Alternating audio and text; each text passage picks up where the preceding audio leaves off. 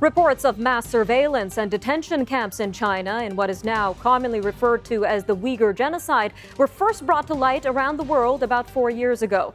But the plight of this Muslim minority in China has been occurring for decades, according to the Uyghur Rights Advocacy Project. This report looks at first-hand testimonies from 2 Uyghur witnesses who stayed at China's notorious re-education facilities, what Canada has done so far to respond to the genocide in Xinjiang, and what Canada still needs to do. This is Forum Daily Special Report, a 1-hour investigation looking into the biggest human rights stories in the world and what Canadians can do to make a difference.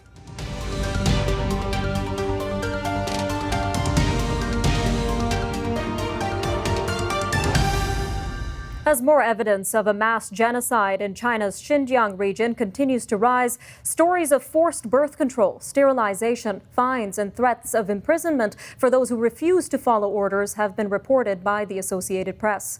Other reports state that between 2015 and 2018, births in mostly Uyghur regions of Hotan and Kashgar have decreased by over 60%. Ms. Kelbiner Siddique's story is one of many in China's notorious Xinjiang region, known as East Turkestan by Uyghur natives.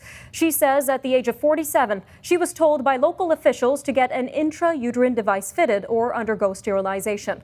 The Chinese language teacher was forced to undergo sterilization at the age of 50 to prevent having another unlikely pregnancy. Like most Uyghur Muslims in that region, Ms. Siddique says she did not have a choice in this matter, for she knew exactly what would happen to her if she resisted the Chinese government. Well, joining us now to share her experience in East Turkestan, aka Xinjiang, is Ms. Kelbiner Siddique herself. She joins us with Mr. Kayam Masimov, who will help us translate today. Thank you so much for joining us on Forum Daily Special Report, everyone. Now, Ms. Siddique, can you tell us how you became a teacher in East Turkestan, aka Xinjiang, in what eventually became an internment camp? Qalbinur xanım, assalomu alaykum. Ko'p sizga rahmat. Minnatdorchilikni bildiramiz bugun qatnashganingiz uchun. Birinchi savolimiz shu vatanda, Sharqiy Turkistonda, Xinjiang, atalmish Xinjiang degan rayonda o'qituvchilik qilibsiz. Qanday bo'lib siz o'qituvchi bo'ldingiz? Assalomu alaykum. Oldindan bu qimmat so'zlash fursatiga intayin ko'p rahmat aytaman. Thank you very much. My greetings to you. Thank you very much for this opportunity to express myself. So I was born in East Turkestan, Urumqi city, and upon graduation from the high school, I went to study Chinese language, and I have became a Chinese language instructor, and I was teaching Chinese language at the school number 24 in Urumqi city. So as a teacher, what was your understanding of the school, and how was this position and the school presented to you before it turned into an internment camp? Endi mushu ikkinchi savolimiz, siz o'qituvchi sifatida mushu maktab deganda, maktab deb atalmish maktabda siz qanday tasavvur qilgan, nima deb tushungan, u yerda borgandan keyin nimalarga duch keldingiz, amaliyotda qanday bo'ldi? Mushunda aytasiz. So before I was dispatched to teach Chinese, all teachers were assembled in my school, and we were told by our management that we are tasked by the government to educate illiterate people to provide training in official language of China, that is Chinese language.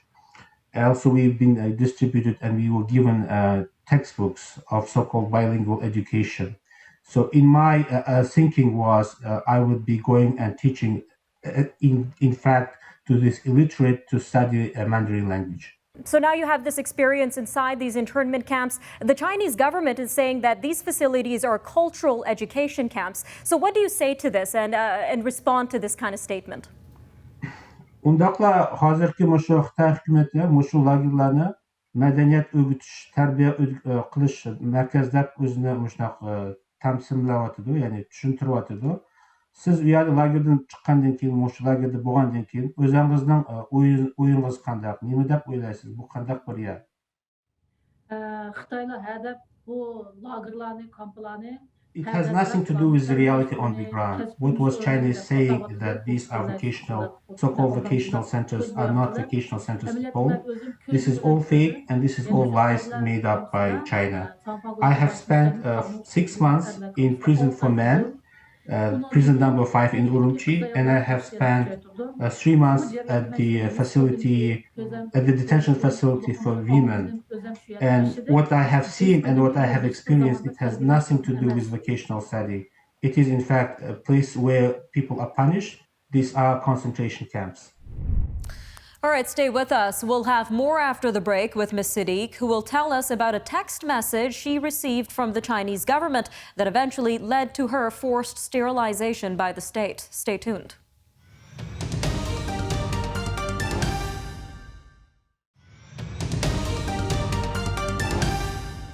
Welcome back to this Forum Daily special report. Before the break, Ms. Siddiq detailed her experiences inside China's so-called re-education camps and disputed all claims that these camps were purely for education. However, her experience under the PPC's regime over Uyghur minorities did not end with internment camps. At the age of 50, Ms. Siddiq was forced to undergo a forced sterilization. Now, I know that you were given a text message during your time in these camps. Can you take us through the day when you received this text message by officials telling you to get an IUD? What was in this message? Hanım efendim, sizge telefonunuzga muştaq bir uçurk yaptı. Muşu mali komitinin nima bir operatsiya bo'lish to'g'riliq. Mush to'g'riliq bir tafsilotlarni deb bersangiz iltimos.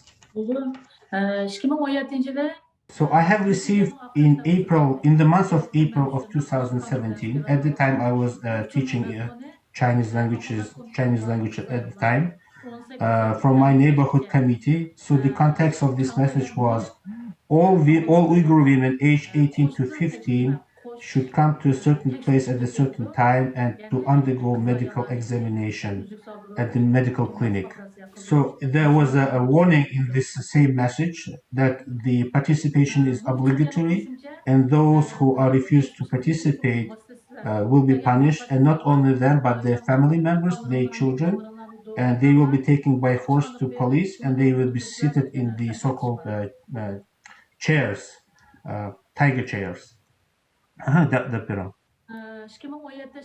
So what I have noticed back in 2017, when I have received my message, the age group which was covered in that request to come was addressed to the group category aged from 18 to 50, all girls and women. In 2019, when I have checked again this messaging, I have noticed that the age group was extended from 18 to 59. So every girl and woman of Uyghur origin aged between 18 to 59 was obliged to come and participate in this so-called medical checkup. Now, we've got a little over a minute left, Mr. Masimov. I really want to jump to another question here. We know that Ms. Siddiq worked inside 2 of these internment camps. Can she please describe the living conditions inside these internment camps quickly for us? Okay, back nihayetde bir minutlik işte vaktimiz var. Muşu iki lagerde işlapsiz. Muşu lagerdeki ahvallarını, uyadaki yaşaş duruş hayatının mesela uyadaki ahvallarını dep bersangiz. Because of the time constraint, I won't go into details, but the situation is very dire, it's very bad, no hygiene. I have spent time in the camp for men, and I have seen that these people are not fed, they're not provided adequate water. They are given only one bun a day and a bit of water to eat per day. So it's very bad. And every Monday, all men detainees were obliged to provide blood samples, like blood was drawn from them. And I have spent also time at the women's detention center. The hair of women detainees are completely shaved off. They are subjected to the systematic abuse and gang rape. They are given pills to stop menstrual cycles. And every Monday they undergo medical procedures of IUD installation and all these kind of surgical operations with the aim of preventing any births. So the gang rape and mass violation and abuses are common and very widespread. Ms. Siddiq, some very disturbing details in your personal story. Thank you so much for joining us on Forum Daily Special Report to share this with us. Köpten köp rahmet, hakikaten bek yürekli tutaydigan bir ifadelerini beryapsiz. Sizga köpten köp rahmet izhor qilamiz. Rahmat, ko'p rahmat.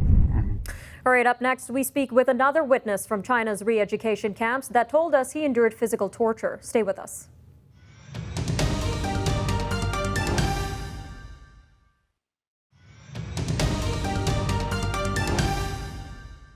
Mr. Omar Bek Ali's story was shared with the Subcommittee on International Human Rights on July 21st, 2020. According to Mr. Ali, he was employed in Karame, a city in the northwest region of East Turkestan, aka Xinjiang, where he faced wage discrimination and was regularly interrogated or his home searched by police on a monthly or weekly basis. These barriers led him to immigrate to Kazakhstan, where he eventually found employment with a travel agency. In 2017, he says he was invited to Urumqi, Xinjiang, for an exhibition and business meeting, after which he went to see his parents. The following day, Mr. Ali says 5 policemen arrived and forcibly detained him without a warrant. He claims he was taken to the police station where his money, passport, and ID were confiscated, and he was taken to a place that resembled a hospital, all while having a black hood on his head. Mr. Ali joins us now on Forum Daily Special Report to tell us about his experience. Mr. Ali, welcome to Forum Daily Special Report. So you state that you were taken to a hospital-like facility. How would you describe this facility and what happened in there to you? Ali efendim köp rahmet bugünkü ziyaretimizni qabul qilganingiz uchun.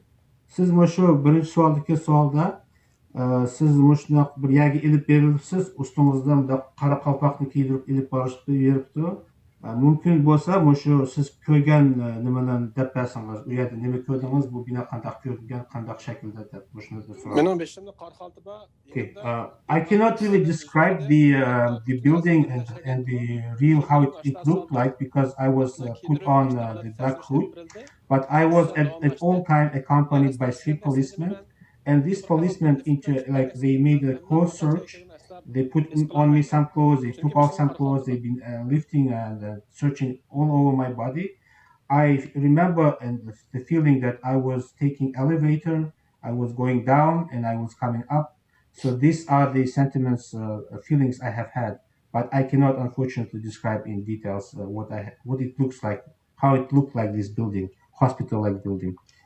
All right, well, from there you say you were taken to a county prison, the first of many. So what did you see inside these prisons and how were you treated inside of them?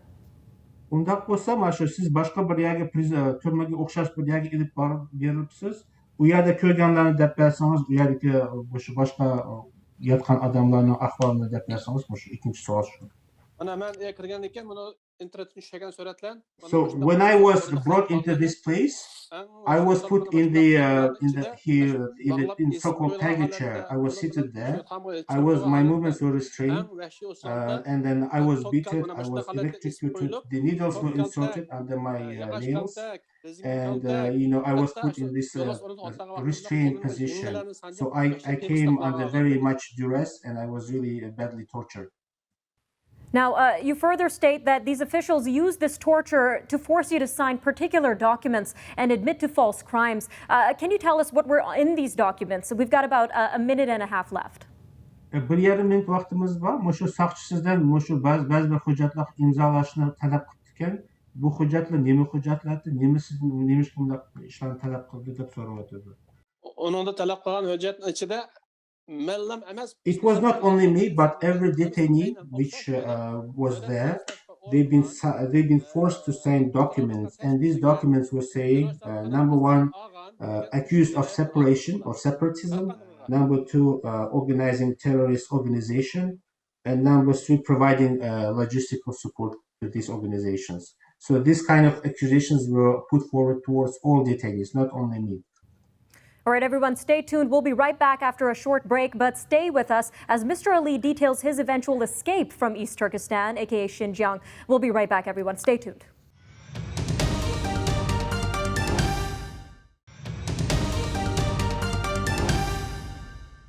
All right, welcome back. Before the break, Mr. Ali spoke of being tortured inside China's internment camps. So how many other people were in this facility or in these facilities with you, sir? Siz bilan birga shu lagerda odamlarning soni qanchalik bo'ldi? Qanchalik odamlarni ko'rdingiz deb so'rayapti. In the cell where I was put, I have seen at least 35 to and up to 45 inmates. So the aging from 16 to 60 years old. So that was what I have seen myself. And how long were you in these detention centers, and how did you eventually find your way out? Мушу лагерьларда қаншалық уақыт өткіздіңіз ва қандай қылып мушу yerden çıkıp kеттіңіз? Okay, so the Mr. Ali is showing the chains and photo. He was put in these chains and he was forced to spend about 8 months in such condition without taking them off all the time. And the reason why he get away, that is because he is in possession of Kazakhstan passport, and his wife she was campaigning for him and going out reaching out to media and generating some media attention in his case. So these are the reasons why he was able to get out. Now, I'm sure you've experienced this with many other people inside these internment camps. Can you share with us maybe a connection or a story of another person that maybe you communicated with inside these camps? Ундақлар мұшы лагерінің камераның ішінде сіздің башқа еткен балаларының бір тарихыны, бір тәжірибесі деп берсеңіз, олардың бір yakından өткен адамның бір хикаясы деп берсеңіз, бір misal keltirib. İki misal da bermek kısa. Birisi advokat bo'lgan Ataullah degan bir kishi va ikkinchisi muallim Tahir muallim. I will give two examples. One is the case of the lawyer, which was his name was Ataullah, and another was a teacher. And the second detainee, his name is Abdullah Jan Awood. He was a restaurant owner, a multimillionaire. I have not seen any illiterate or any low status people there. The Karamay city, it's very industrial place. It's very industrial developed place. All people I have seen, they were businessmen or high positioned government officials, and some multimillionaires. So it's like very well placed people. I have not seen any ordinary people in this camps. Özümü töttel biladigan bir insan, anın içinde ana aşağıda xorlandım ben. Özenciler bağlanıp xorlandım aşağıda içinde. Like myself, I speak 4 languages, but I was subjected to such cruelty. Now, sir, now that you're here and you're sharing this story with the world, how is your family back in East Turkestan? Are they subjected to any abuses following your story? We've got about a minute left, sir. Bir minutlik vaqtimiz bor. Hozir siz mush vatanning sirtida, vatanda qolgan oila tuqqanlarimiz, oila tababatlarimizni mushaq bir Xitoyning nimaga keldimi, duch keldimi o'zi besimiga oshkorlash boshlagandan boshlab. So the first picture is the picture of my father. He was retired pensioner. He was retiree. He was killed by China. And the second picture is a picture of my brother. He was a businessman and a multimillionaire.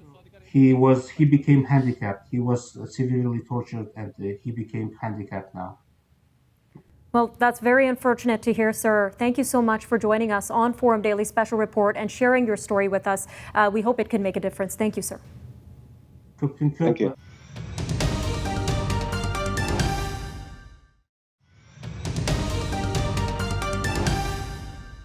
Mr. Kayam Masimov is the project manager of the Uyghur Rights Advocacy Project. He has been helping us find and share these witness stories and translate their accounts. He is also a translator for Uyghur witnesses testifying before the Subcommittee on International Human Rights. Mr. Masimov, welcome back to Forum Daily Special Report. Thank you very much. It's my pleasure to have me here, sir, to be with you guys. So can you give us a background of how all of this started in East Turkestan, aka Xinjiang, and why the Chinese government is targeting the Uyghur community? Well, let me jump into the question first. This is not started just a few years ago or a decade ago. It's been going on since 1949.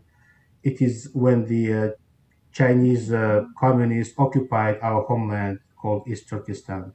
So since 1949, it's ongoing struggle, violence, oppression. Sometimes it took forms in the slow motion, sometimes it's accelerated. But what have been changed recently, it is the fact when Xi Jinping came to power in 2012. First 2 years he consolidated his power, and the repression really started accelerating in 2014, 2015. And it really took off with the transfer of then chairman for the Tibetan Chinese Communist Party, Chechengao, he's transferred to East Turkestan as a party chief. That's the person who really implemented, concentration camps and mass detention and etc. So this is not new. It's been going on since 1499. And why Uyghur community is targeted? Well, in my opinion, Uyghurs along with Tibetans are the only two remaining minority groups within the China, which are still resisting and have political aspirations. That is why we've been targeted by the Chinese communists. And maybe I can add that there is a factor of economic development, so-called Belt and Road Initiative. 4 out of 5 economic routes connecting China with Eurasian mass passes through Uyghur region. So basically, China needs territory, but China does not need people living there. Now, victims like Ms. Siddiq and Mr. Ali tell some horrific stories of abuse and human rights violations by the Chinese government. But are they able to confirm these stories with any tangible evidence? I would like to correct that, and probably elaborate more on human rights abuses. This is not just simply human rights abuses. This is far beyond. We are talking about genocide, as it was rightfully acknowledged by many parliaments in the world. This is a campaign to exterminate one ethnic group based on its ethnic, religious, and cultural identity. In follow-up to your question, I would say that satellite images of destruction of cultural heritage sites, even graveyards, they are being bulldozed and so-called happiness parks being built upon them. The vast expansion of the concentration camps, and also linked to Chinese internal documents, which are confirming our worst fears, and some declarations from the top Chinese leadership, including Xi Jinping. His aim is to, I'm quoting, quote unquote, break the lineage, break the root, break the nation. So clearly mandated and defined and systematic planned, well implemented strategic actions.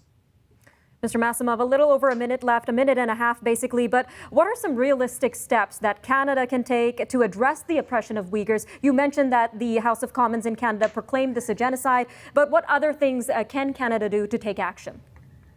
Well, I believe the Canadian government should act upon the will of Canadian public in general, expressed by the resolution recommendation list put forward by Canadian subcommittee of the Canadian Parliamentary Committee on Human Rights. They came out with a 15 points recommendation back in October 2020, and it's been reconfirmed by the Foreign Committee of the Parliament. So the recommendations are there. Number one, imposition of Magnitsky Act, punishing those responsible Chinese officials, import ban on tainted Uyghur slave labor products into Canada, for instance. Creation of the exceptional refugee flow stream into Canada. There are many Uyghurs who are stranded in the third-party states like Turkey, Central Asia, Southeast Asia, and they face possible deportation to China. So they are in very vulnerable situation. And, probably Canada can be more adamant and more vocal in banning or outright all Chinese high-tech companies like Huawei in any participation and market sharing in the Canadian segment. So these companies, they are implemented in high-tech surveillance and oppression of Uyghur people. And then there is a motion put forward by the Canadian Parliament that we should boycott upcoming Olympic Games. And then the case of Hussein Jalil, Uyghur Canadian, who's been in prison since 2006, and he had been denied any consular access by Chinese authorities.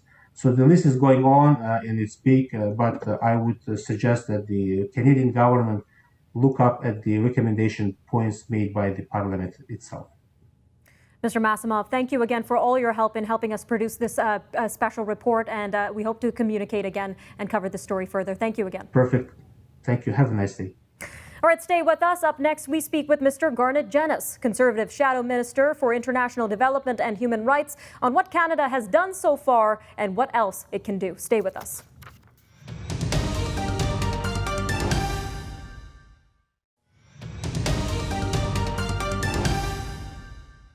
MP Garnet Janis is the Conservative Shadow Minister for International Development and Human Rights. He has been a vocal advocate for Uyghur rights in Xinjiang and has been a key player in the push to declare the crimes against minority Muslims in China a genocide in the House of Commons. Mr. Garnet Janis, MP for Sherwood Park, Fort Saskatchewan, joins us now on Forum Daily Special Report. Sir, welcome back.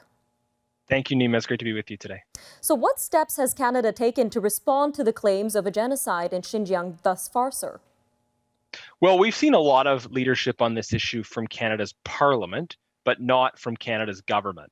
We had a motion that came forward to recognize the Uyghur Genocide. It passed unanimously.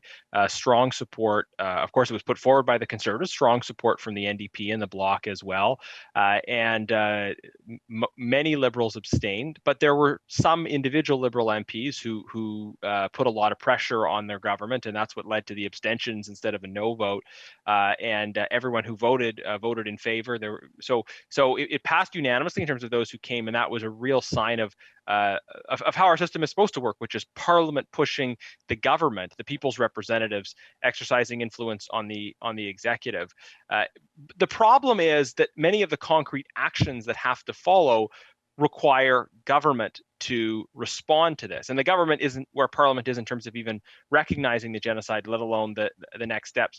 Now, the significance of recognizing genocide, it's not just the word, it's not even just the description of the crime, it's also what it triggers in terms of Canada's responsibility to protect as a signatory to the Genocide Convention. That obliges us to act to protect populations that are being subject to genocide. So a number of things we've called for that haven't happened yet are strengthening measures around supply chain so that we're not buying products made through Uyghur slave labor, imposing targeted sanctions against all of those who are involved in these and other horrific violations of human rights in the People's Republic of China.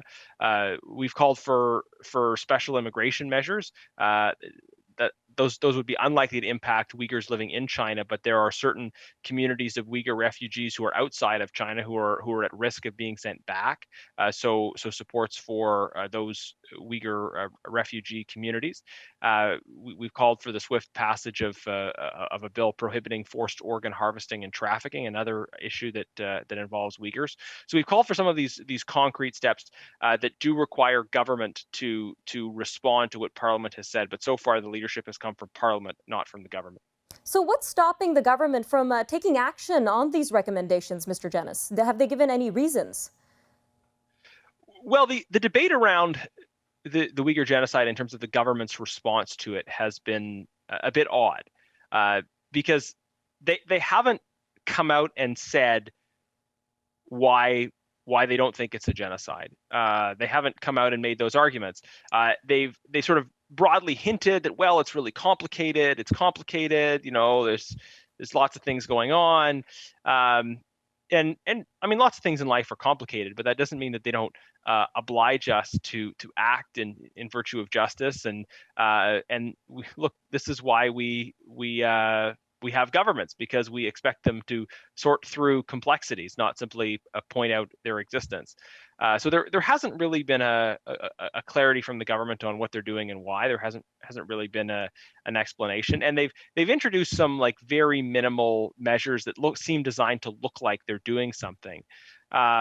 So they did make some changes around supply chains, slavery, for example, but not a single shipment has been stopped since they made those changes. So clearly it's not working. Nothing's happening, and there's nobody outside of the government itself that says those measures are significant. So there's been a lack of action, and I think one possible explanation of this is sort of the old. The old liberal way of thinking about the issue, which is that you kind of want to appease China and not anger the Chinese government too much. And we see some, especially government appointees in the Senate, saying these kinds of things. Today, I just saw Peter Harder, who was the government representative in the Senate for a while, appointed by the Trudeau Liberals, saying essentially that we don't have much of a leg to stand on here because of what happened with Indigenous residential schools. And I totally reject that. I mean, of course, there are horrors in terms of Canada's treatment of Indigenous peoples, but Canadians can be proud of the fact that we are working and struggling through this process of reconciliation, that we set up the Truth and Reconciliation Commission, that there's been apologies and that there are efforts to engage this.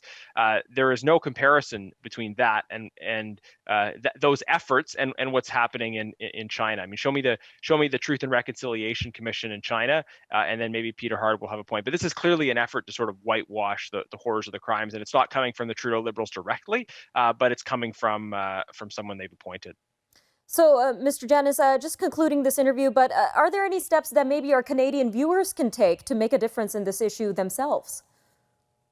Well, I think it's important to put pressure on governments, of course, to talk to your member of parliament on it. There are, I think, some good opportunities here as well for consumer activism, for people to ask questions of brands that they patronize, and I would like to see more pressure on leading brands to take into consideration in terms of their own policies where they're sourcing from. Generally, when you deal with issues like supply chain slavery and addressing that, it's much easier to do that through regulation, because it's very hard for the individual consumer to track and know where did this tomato come from, where did this solar panel source parts from. But to the extent that people can, they can try to exert pressure not only on the government but also on some of those brands as well. So a couple things to think about. And when you talk to your member of parliament, we need action in Parliament, but in particular, we need parliamentarians holding the government accountable. So for those, if you live in a Liberal-held riding, don't just ask your MP how they voted on the genocide issue, although that's very important, but ask them what they're going to do to put pressure on the government to follow up what Parliament has asked the government to do with real action. Because ultimately, we have to compel the executive, the Prime Minister, the Liberal cabinet, to be accountable to Parliament and to follow the lead that Parliament has set. All right, Mr. Janis, always great having you on the show. Thank you again for joining us on Forum Daily Special Report, sir. Thank you very much. All right, stay with us. Up next, we speak with MP Michael Chong, Conservative Shadow Minister for Foreign Affairs, on products shipped into Canada that are made from forced labor in Xinjiang. We'll be right back.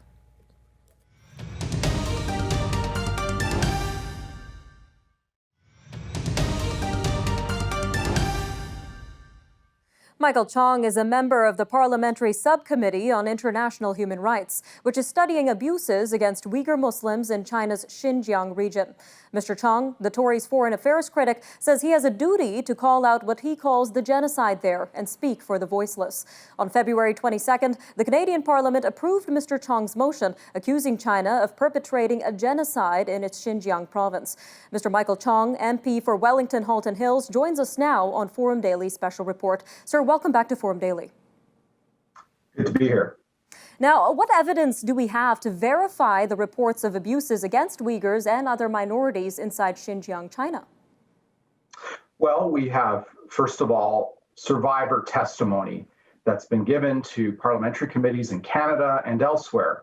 Survivor testimonies that have been documented through many media outlets over the last several years. We also have reports from think tanks like the Australian Strategic Policy Institute and many, many other think tanks, including human rights NGOs, that have concluded that a genocide is taking place and documented some of the horrific atrocities that we are seeing against the Uyghur Muslim minority. And finally, we've got photographic evidence, high resolution satellite data and satellite photographs that document the building of hundreds of detention camps. We've got videographic evidence and photographs that have been taken by investigative journalists that have been snuck out of China. And so there's enough evidence now that we can no longer ignore the conclusion that a genocide is taking place. Now, we spoke on the Uyghur Genocide a few months ago on Forum Daily with you, sir, and you mentioned products made from Uyghur workers in Xinjiang are being shipped into Canada. So what kind of products are these? Well, they're products like cotton, they're products like tomatoes, The government announced measures in January that are not working. They announced measures in January that put the onus on Canadian importers to certify that their imports are not made through forced labor. But that's not possible for Canadian importers to do. Many of these importers are small to medium-sized businesses that simply don't have the resources, first, to collect the information, which China is not about to release, and secondly, to make a determination about whether or not forced labor was used. And so we're calling on the government to introduce new measures, more effective measures, to ban the import of products that have been produced using forced labor. We think the United States is going down the right path in this regard. They've banned the import of cotton and tomatoes from Xinjiang region to the United States. They're providing their border agency with the tools they need to not only to ensure that the cotton that is coming into the United States is actually cotton from where it says it is and not from Xinjiang province. So we're calling on the government to do the inverse of what they announced in January, which is to put a blanket ban on the importation of cotton and tomatoes from Xinjiang province, from China, and instead allow companies to apply for an exemption if they can prove that there was no forced labor used in their products. We also think they need to introduce measures to ensure that supply chains are also free from products using forced labor, and that the origin of the products is certain. And is there anything that individual Canadians can do to identify if a product they are purchasing is made from forced labor in Xinjiang, China? Well, unfortunately, there's not a lot an individual consumer can do other than to verify that in the product labeling, it's not from Xinjiang. I think what's more effective for Canadians to do is to contact their locally elected member of parliament to say, hey, it's currently illegal under international law for products to be imported and to be traded that have been produced from forced labor. We think the government needs to do better on this. They need to introduce new measures to ban these kinds of products. And so I'm asking you as my representative in Ottawa to put pressure on the Liberal government to do exactly that. All right, sir, we've got about a minute left in this segment, but what would you say is a realistic path for Canada in terms of responding to the overall Uyghur genocide in Xinjiang, China? Well, I think the first thing that the Liberal government needs to do is it needs to itself recognize that a genocide is taking place. The recognition is the first step to rallying public opinion, to rallying our allies and partners around the world to do the same. And then I think that recognition should be followed up by additional sanctions, for example, on cotton and on tomatoes that I've just talked about. It should be followed by sanctions on officials that are responsible for these gross violations of human rights. And so those are the steps we're calling on the government to take in order to stop the continuation of this genocide. All right, Mr. Chong, thank you again for joining us on Forum Daily Special Report. Thank you, sir. Thank you for having me. All right, stay tuned. Up next, we speak with Amnesty International on their recent report built off first-hand accounts from over 50 Uyghur witnesses. We'll be right back.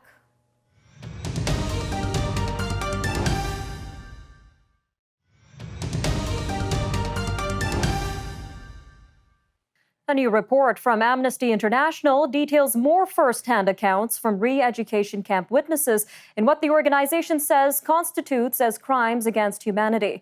In addition to details of state-organized mass imprisonment, torture, and persecution against Uyghur and Kazakh minorities, the report also discusses extensive cover-up initiatives by the Chinese government. Well, joining us now to talk more on the research behind this report is Ms. Joanne Mariner, Amnesty's Director of Crisis Response. Ma'am, welcome to Forum Daily Special Report. Thank you.